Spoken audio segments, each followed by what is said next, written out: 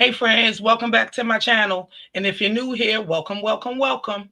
In our celebrity gossip and news, I know most of y'all may have heard already, but we have lost our beloved Keke Jabbar from Love and Marriage Huntsville at the young tender age of 42. And I want to say, rest in paradise, Keke. You will truly be missed. The family said she passed from CO2 poisoning. She was found unresponsive in her car in the family's garage. And her uncle has come out making allegations that it's because of the show and the issues between her and Tisha, her cousin and castmate, is the reason she may have taken her own life, allegedly. And y'all know Funky Dineva had to come out with his opinion and has been getting a lot of backlash due to his choice of words. Hear what the uncle had to say, then Funky Dineva, and I'll come back with my opinion.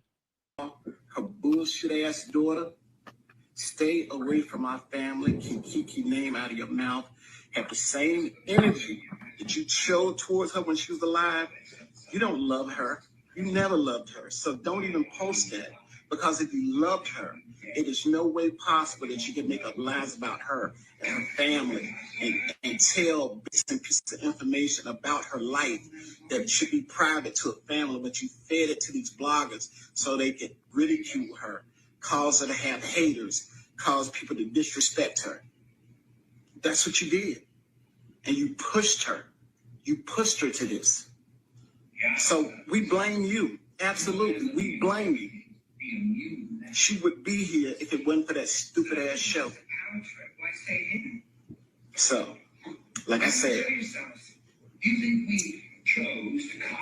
Wanda, your sorry ass daughter, and that fake ass son-in-law of yours, and all you sorry motherfuckers that's a part of that show, please, I'm asking you, from a place of love, I'm asking you to allow us to grieve Keke in peace without your presence. God bless the dead. We got to talk about Keke from Love and Marriage Huntsville. So when the news broke that Keke had passed, I think a day or two went by. Nobody knew anything. No one knew anything.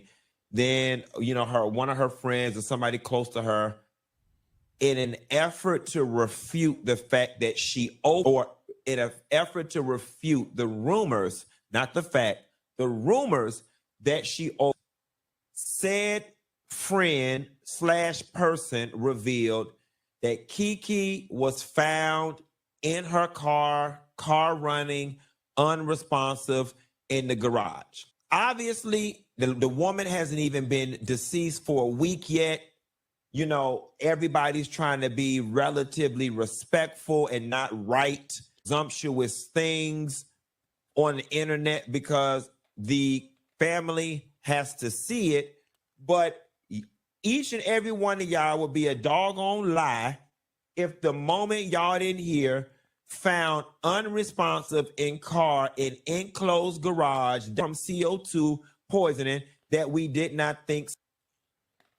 That was and then the friend tried to dress it up, talking about, she had a reputation. She had a reputation for going to sleep everywhere.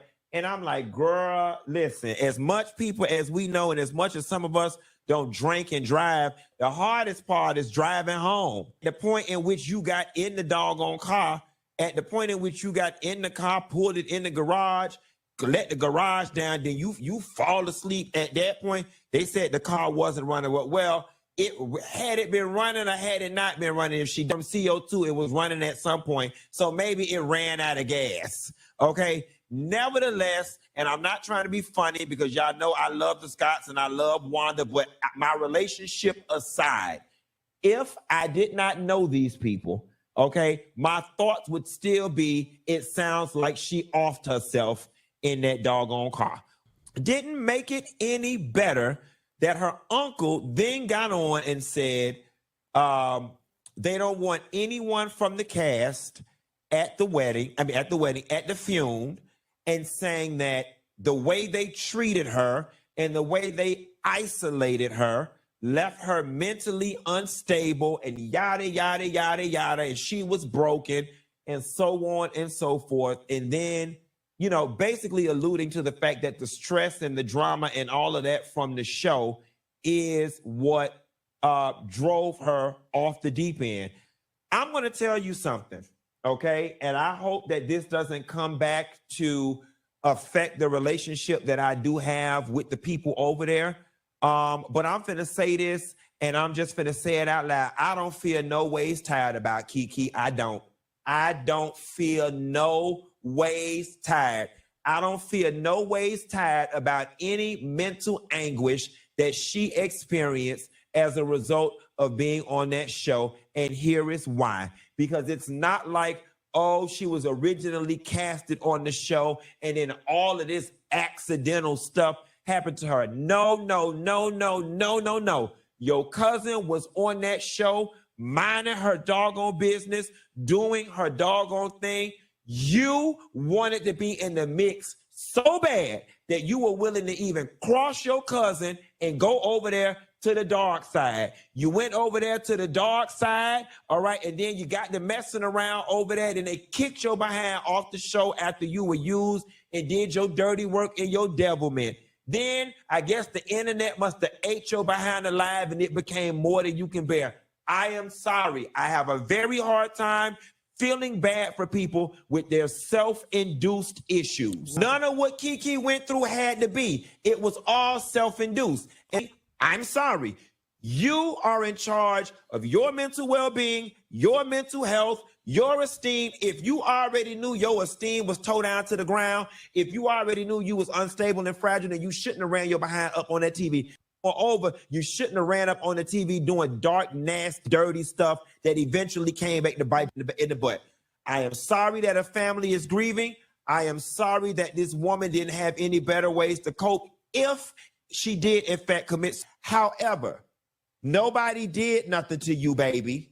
Nobody did nothing to you. Everything that you experienced as a result of Love and Marriage Huntsville, you brought it on yourself.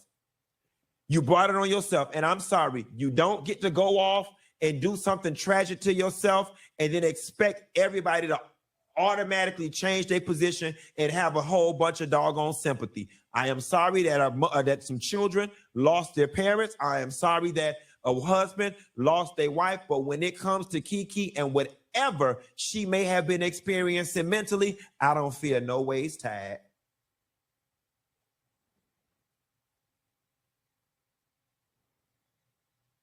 I don't feel no ways tired. Went over there and did all that wrong. Flipped on your family, telling people personal business, sleeping with the ops. Then when the ops was done with you and put you out and you read how the world was viewing you, now all of a sudden, oh, the stress, oh, the stress. Oh, I'm so stressed. I'm so mentally unstable. Girl, bye.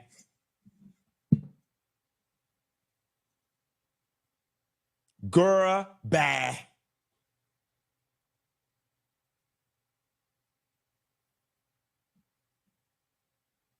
No one did anything. No one did anything to Keke.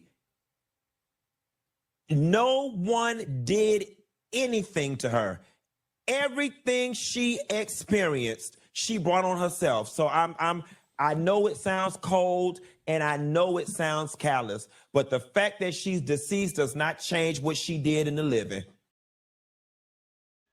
You know, I have so much I want to say, but it's like it's the shrugging of the shoulders for me at the end. Like some things just don't need to be said. How could you say you're friends with the family and you hope this doesn't ruin the relationship you have with her family? Then say some off the wall shit like this when they're grieving. Do you understand? Her children will see this. Her husband will see this. Just don't have no kind of damn respect. It's bad enough she's gone, but to take to your huge platform and say some uncouth shit like this is just redundant. I mean, who raised you, man? Who raised this dude? Just disgusting with his raggedy ass damn feet. Like I said earlier, I know I'm late to talk about this, but I got caught up with real life, and this was sitting in my folder and I wanted to talk about it when I first saw it. I just couldn't believe the nerve of Funky Dineva. What's your thoughts on this? Drop down in the comments. Let me know your thoughts. With that said, thanks for watching. Thanks for listening. Don't forget to hit that like button and subscribe to the channel if you already haven't. And smash that notification bell so you won't miss out on my next video. Stay blessed. Peace.